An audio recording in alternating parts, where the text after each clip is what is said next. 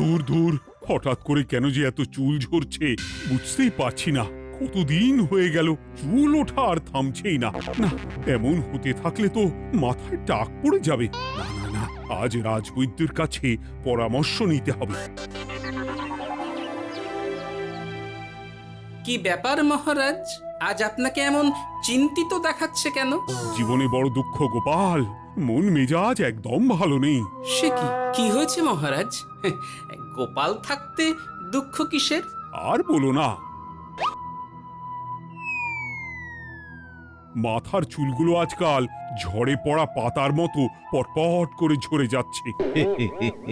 আমি তো জানি কেন এমন হচ্ছে, কিন্তু এখনই মুখ খুললে চলবে না। আর একটু বেশি বিপদ বাড়লে তখন মাঠে নামবো। তাই বলুন।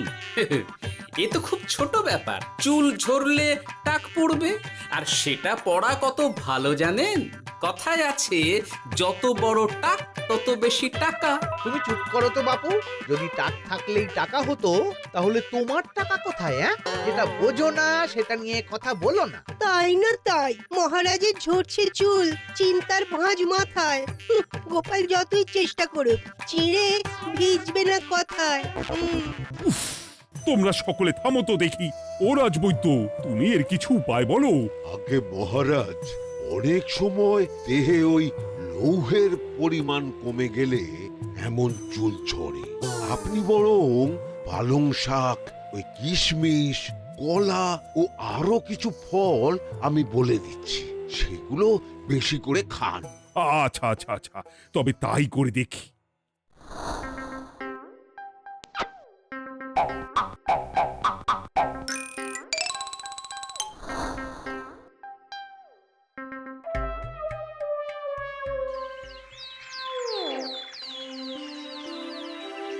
ও রাজবৈদ্য, তোমার কথা মতো শাক পাতা ফলমূল সবই তো খেলাম, চুল ঝরা বন্ধ তো হলোই না। তো জানতামই এমন হবে। কিন্তু মহারাজ, এমনটা তো হওয়ার কথা নয়। কিন্তু হচ্ছে তো। আরে আমার সাধে চুল, কোথায় চলে গেলি সব? এর জন্য তুমি দায়ী। তুমি এর জন্য শাস্তি পাবে বৈদ্য। আমাকে আমাকে ক্ষমা করে দিন মহারাজ, এমনটা হবে এ তো আমি ভাবতেই পারিনি। কিছু মনে করবেন না মহারাজ, ছোট মুখে বড় কথা বলছি। কিন্তু সত্যি এখানে রাজবৈদ্যর কোনো দোষ নেই। ওকে শাস্তি দেওয়াটা ঠিক হবে না মহারাজ। দেখেছেন মহারাজ, গোপালের সাহসটা দেখেছেন? আপনার মুখের উপর কথা বলছে। তা বলি, তুমি যখন এতই বোঝো, তাহলে নিজেই একটা আস্ত লোহা খেয়ে দেখো না, তোমার মাথায় চুল গজাচ্ছে কিনা। ঠিকই আছে, এসব মূর্খের মতো কথা কেবল আপনার থেকেই আশা করা যায় মন্ত্রী মশাই। মহারাজ, আপনি বিচক্ষণ মানুষ। আমার শুধু অনুরোধ, আরেকবার ভেবে দেখবেন। ঠিক আছে, রাজবৈদ্যকে আমি শাস্তি দেব না, কিন্তু সকলের জন্য আমার একটা ঘোষণা আছে। কি ঘোষণা? আমার এই কঠিন সমস্যা যে দূর করে দিতে পারবে, তাকে আমি বিশেষ পুরস্কারে ভূষিত করব। এই তো পেয়েছি। এই সুযোগ কোনোভাবেই হাতছাড়া করা চলবে না। এবারের সমস্যাটা সত্যি বেশ কঠিন। কি করলে যে মহারাজের চুল পড়া বন্ধ হবে সেই উপায় মাথাতেই আসছে না। হঠাৎ করে কেন যে এমন হলো কে জানে।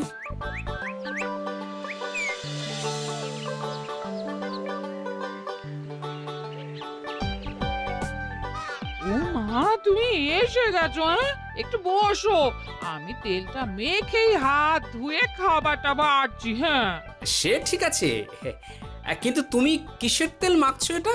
কি আবার মাথার চুলের তেল? এখানেও চুল, ওদিকে মহারাজেরও চুল ঝরে পড়া নিয়ে আমরা সবাই হিমশিম খাচ্ছি গিন্নি। আরে, মহারাজের অত সুন্দর কালো চুলগুলো ঝরে যাচ্ছে, এ তো ভারী দুঃখের কথা। সে আর বলতে। ওই জন্যই তো আমি বাবা মাথায় এই জড়িবুটি তেল মাখি। এতে চুলের গোড়া শক্ত করে, চুলকে ভালো রাখে, নতুন চুল গজায় সব। হ্যাঁ। কি কি বললে? নতুন চুলও গজায়? সত্যি? হ্যাঁ, বাহ, তাহলে আর চিন্তা কি? আমাকে এই তেলটা একটু দিতে পারবে গিন্নি? মহারাজকে দিয়ে আসি। উনি বলেছেন যে ওনার সমস্যা দূর করতে পারবে তাকে উনি পুরস্কার দেবেন। ওমা, এই তাই নাকি? এ তো দারুণ ব্যাপার গো। নাও নাও নাও, তেলখানা নিয়ে মহারাজকে কাল দিয়ে এসো তাহলে। আর জানিয়ে দিও, দিনে 2 বার কিন্তু তেল মাখতেই হবে। হ্যাঁ, আচ্ছা, ঠিক আছে।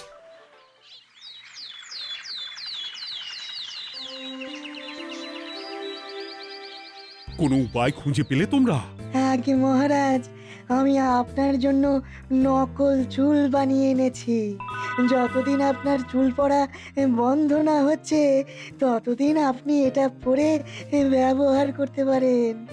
সে তো বুঝলাম, কিন্তু নকল চুল তো আর আসল চুলে জায়গা নিতে পারবে না বিজ্ঞানী। আসল চুলের কথা ভেবে আমি আপনার জন্য কেশুত্তে পাতা এনেছি মহারাজ। আচ্ছা বেশ। তা গোপাল, খুব তো আগের দিন বকবক করছিলে, তুমি কি এনেছো শুনি? সেটা যথাসময়ে দেখতে পেয়ে যাবেন মন্ত্রী মশাই। এটা জড়িবুটি তেল মহারাজ। আমি এটা আপনার জন্য এনেছি। এতে নতুন চুল গজায় আর চুলের স্বাস্থ্যও ভালো হয়। আমার গিন্নিও ব্যবহার করে এটি, তবে দিনে 2 বার করে মাখতে হবে, তাহলেই ভালো ফল পাবেন মহারাজ। বাবা, তাহলে তুমি কেন মাখো না? আচ্ছা, আপনার সমস্যাটা ঠিক কোথায় বলুন তো মন্ত্রী মশাই? মহারাজের জন্য কিছু আনলেও কথা শোনান, না আনলেও কথা শোনান। সত্যি তো মন্ত্রী, কেন তুমি সব সময় গোপালের পিছনে পড়ে থাকো বলো তো? এরা তো তাও সবাই কিছু না কিছু আমার কথা চিন্তা করে এনেছে, তুমি তো সেটাও করনি। না, আসলে মহারাজ, আমিও ভাবছিলাম আপনার কথা, কিন্তু থাক, বুঝেছি। আহ, দারুণ। তেলের গন্ধটাও খুব সুন্দর। গোপাল, তোমায় অনেক ধন্যবাদ। আশা করছি ব্যবহার করলে খুব ভালো ফল দেবে। একদম দেবেই মহারাজ। দূর বাবা, ভেবেছিলাম এক, হলো আর এক। কোথা দিয়ে যে গোপালটা মাঝখান দিয়ে এসে নাক গলিয়ে ঢুকে পড়ে, খুব শক্ত পুরস্কার নেওয়ার। দেখাচ্ছি মজা।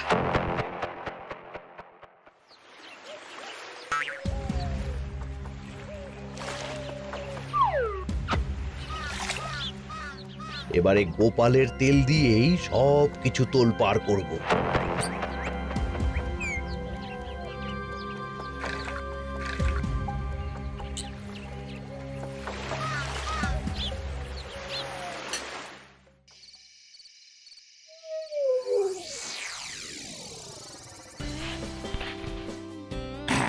ব্যাস, হয়ে গেল 2 বার মাখা।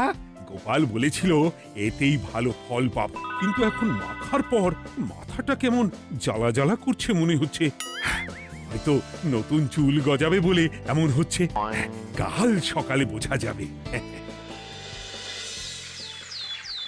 এতক্ষণে বোধহয় ছোট ছোট চুল গজিয়েই গেছে।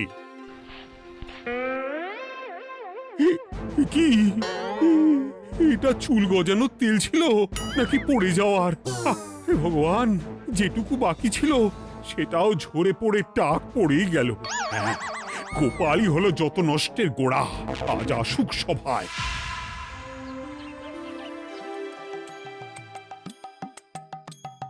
এই যে এখন এলেন উনি। ও কি মহারাজ, আপনি এমন কাপড় মাথায় জড়িয়ে বসে আছেন কেন? তুমি আর এমন প্রশ্ন জিজ্ঞাসা করো না গোপাল, তোমার দয়াতেই মহারাজের এমন অবস্থা। মানেটা আমি তোমায় দেখাচ্ছি, দাঁড়াও। এই যে গোপালের দেওয়া তেল মেখেই আমার এমন হয়েছে, আর তার জন্য আমি তোমাকে কোনোদিনও ক্ষমা করব না গোপাল। বিশ্বাস করুন মহারাজ, আমার গিন্নিও মাখে এই তেল, কিন্তু এমন কিছু তো এখনো পর্যন্ত ঘটেনি। আমি আর কিচ্ছু শুনতে চাই না। আমার মাথা ভর্তি চুল আমি ফেরত চাই। যতদিন না আমার মাথার সব চুল ফিরে আসছে ততদিন আমি তোমার মুখও দেখতে চাই না। মহারাজ, আপনার কোনো চিন্তা নেই, আমি তো আছি। এবার এই সমস্যার একটা সমাধান আমি করেই ছাড়বো। কি ব্যাপার, মন্ত্রী মশাই এত লাফাচ্ছে কেন? এসবের পেছনে আবার ওনার হাত নেই তো? না, ব্যাপারটা পরে দেখতে হচ্ছে।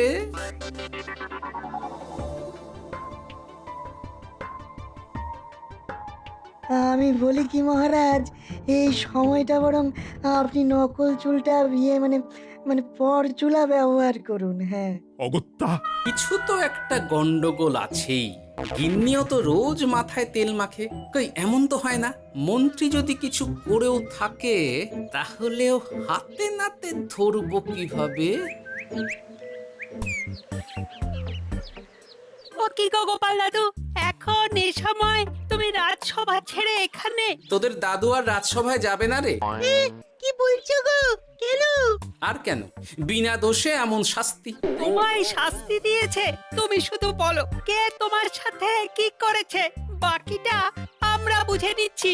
আচ্ছা বলছি, কৃষ্ণনগরের মন্ত্রী মশাইয়ের বাড়িটা কোন দিকে একটু বলতে পারবেন? কৃষ্ণনগরে নতুন নাকি? আগে তো আপনাকে কখনো দেখেছি বলে মনে পড়ছে না। হ্যাঁ, আমি এখানে থাকি না, আমি এখানে আমার কাজে এসেছি, তাই মন্ত্রী মশাইয়ের বাড়ির ঠিকানাটা যদি একটু বলে দেন। নিশ্চয়ই, এ পথ দিয়ে সোজা চলে যান, তারপর কিছুটা ডান দিকে গেলেই পেয়ে যাবেন। আচ্ছা, অনেক ধন্যবাদ। ভিন গাঁয়ের লোক মন্ত্রী মশাইয়ের বাড়িতে, ব্যাপারটা বেশ সন্দেহজনক লাগছে। এই এই গুলটে ন্যাপলা, তোরা তোরা দুজন একটু আড়াল থেকে দেখতো লোকটা মন্ত্রী মশাইয়ের বাড়িতে ঠিক কি জন্য এসেছে, তারপর আমায় খবর দিস। ঠিক আছে গোপাল দাদু। তোমার আবার এখানে আসার কি দরকার ছিল? আমি তো বলেছি যে আমি ঠিক গিয়ে তোমার পাওনা গন্ডা মিটিয়ে দেবো। মিটিয়ে দেবে? কতদিন হয়ে গেছে জানেন? দেখো, হয় আমার কীটনাশক আর সার সব ফিরিয়ে দিন, নয়তো আমার জিনিসের দাম মিটিয়ে দিন। কীটনাশক, সার আর কি করে ফেরত দেবো বলো? ও তো সব পুকুরের জলে মিশে গেছে। ওসব আমি জানি না, আমার পাওনা গন্ডা মিটিয়ে দিন, ব্যাস। চল চল, এখনই তাহলে গোপাল দাদুকে গিয়ে সব জানাই। হ্যাঁ, চল চল। দাদু, ও গোপাল দাদু। তোরা এসে গেছিস? আয় আয় আয় আয় আয়। মন্ত্রী মশাইয়ের মুখ থেকে অনেক খবর পেলাম। তাই নাকি? কি শুনি? মন্ত্রী মশাই ওই লোকটার কাছ থেকে অনেক কীটনাশক সার নিয়েছে, কিন্তু এখনো জিনিসের দাম মেটায়নি। হ্যাঁ, ওই জন্যই তো মন্ত্রী মশাইয়ের উপর লোকটা খুব রেগেছিল, হুমকিও দিয়েছে 1 সপ্তাহের মধ্যে জিনিসের দাম সব মিটিয়ে দিতে হবে। তাই নাকি? কিন্তু কীটনাশক সার নিয়ে মন্ত্রী মশাই কি করবে? সেটা তো বলতে পারবো না দাদু। তবে হ্যাঁ, মন্ত্রী মশাই ওই লোকটাকে বলছিল যে ওই সব কীটনাশক সার পুকুরের জলে মিশে গেছে। কি বললি? পুকুরের জলে? আচ্ছা, এবার দুয়ে দুয়ে 4 করা গেল। অনেক ধন্যবাদ রে তোদের। বল বল, তোরা কি খাবি? কিচ্ছু লাগবে না গোপাল দাদু, তবে ভোলা ময়ের আর মিষ্টি খাওয়ালে। আচ্ছা আচ্ছা। কি করে যে মহারাজকে আসল ব্যাপারটা বোঝাই, কিছু তো একটা উপায় বের করতেই হবে। তা বলি বাবা, রাজসভায় যেতে হবে না বলে কি সারাদিন এইভাবেই শয়নে শয়নে দিন কাটাবেন বাবা? হ্যাঁ, উপায় পেয়ে গেছি। বুঝলে গিন্নি, আমাকে একটা জায়গায় যেতে হবে, বুঝলে? তারপর ওখানে যদি কাজ হয় তাহলে আগামীকাল রাজসভায় আমি যাব। কিন্তু তুমি যে বলেছিলে তোমার এখন ছুটি। হ্যাঁ, কি আর করি বলো, গুরুত্বপূর্ণ একটা কাজ, তাই যেতেই হবে। আচ্ছা যাও। ওই গো বিজ্ঞানী, আরে গোপাল যে, বলো। এই যে বিজ্ঞানী, একটা বিশেষ দরকারে তোমার কাছে এলাম, বুঝলে? হ্যাঁ, বলোই না। আচ্ছা, এই দূষিত জলকে কিভাবে আবার পরিশুদ্ধ করে বলতে পারবে? কেন পারবো না? জলের মধ্যে একটু চুন আর ফটকিরি দিয়ে দিলেই জল আবার দূষণমুক্ত হয়ে যাবে। তবে ওগুলো দেওয়ার পর কিছুদিন সেই জলকে ব্যবহার করা বন্ধ রাখতে হয়। হ্যাঁ। আচ্ছা আচ্ছা, অনেক ধন্যবাদ, আসি তাহলে। হ্যাঁ,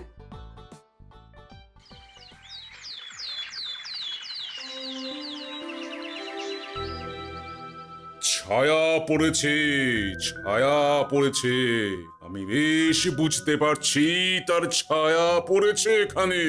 কার ছায়া পড়েছে? আজকাল তোর মাথা থেকে অনেক চুল ঝরে পড়ছে, তাই না? আগে হ্যাঁ সাধু বাবা, আপনি একদম ঠিক কথা বলেছেন। ও বাবা, এই আবার কোথা থেকে উদয় হলো?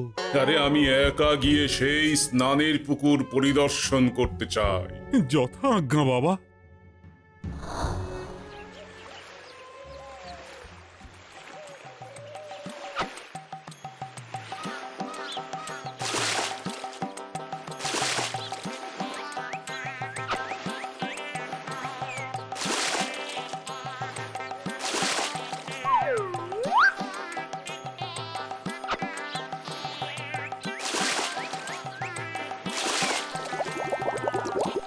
যাক বাবা, মোটামুটি সপ্তাহখানেক এভাবে থাকলেই পুকুরের জল আবার আগের মতো পরিষ্কার হয়ে যাবে। এবার শুধু মহারাজকে একটু বুঝিয়ে বললেই হয়ে যাবে।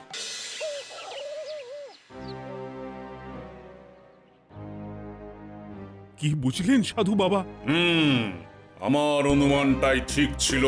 পুকুরের জলে কালো ছায়া পড়েছে, কুদৃষ্টি পড়েছে, তাই এমন হচ্ছে। সে কি? কি কালো ছায়া? যত সব বাজে কথা। জল দূষণ করলাম আমি, আর দোষ পড়ছে কালো ছায়ার উপর। তাহলে এখন কি হবে? চিন্তার কোনো কারণ নেই। আমি মন্ত্রপুত ভস্য ছড়িয়ে দিয়েছি।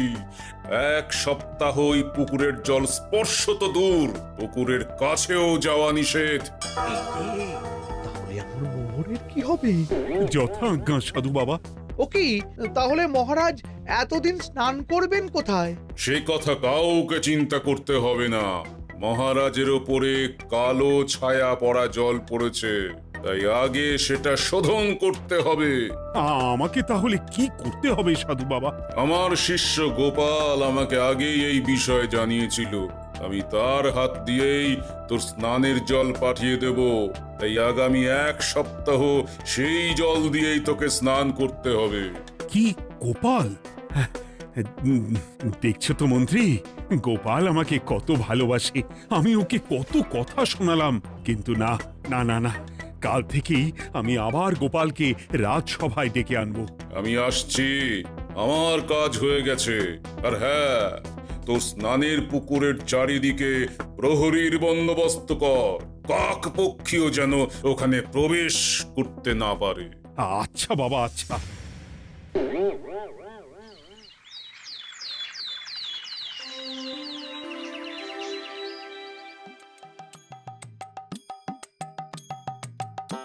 গোপাল, তোমাকে আবার এখানে দেখতে পেয়ে আমার খুব ভালো লাগছে। তোমার গুরুদেব গতকাল এসেছিলেন, কিছু মনে করো না। না বুঝেই তোমাকে অনেক কথা শুনিয়েছি। না মহারাজ, আমি জানি আপনি আমাকে খুব ভালোবাসেন, তাই আমি কিছু মনে করিনি মহারাজ। এই নিন, আমি আপনার স্নানের জল এনেছি। হ্যাঁ হ্যাঁ, দাও দাও দাও।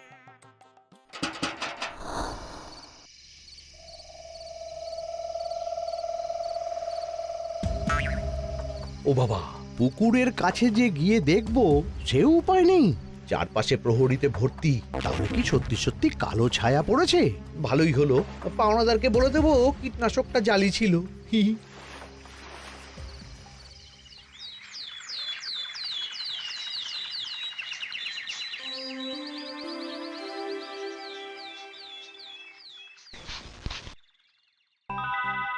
এই তো আমার সেই পুরনো কালো চুলগুলো আবার ফিরে এসেছে।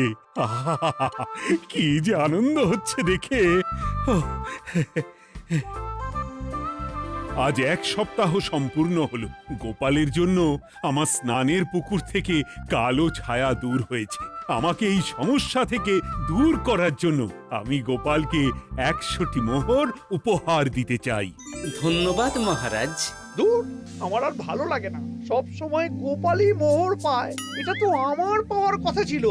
এদিকে আজকে পাওনাদারও আসবে।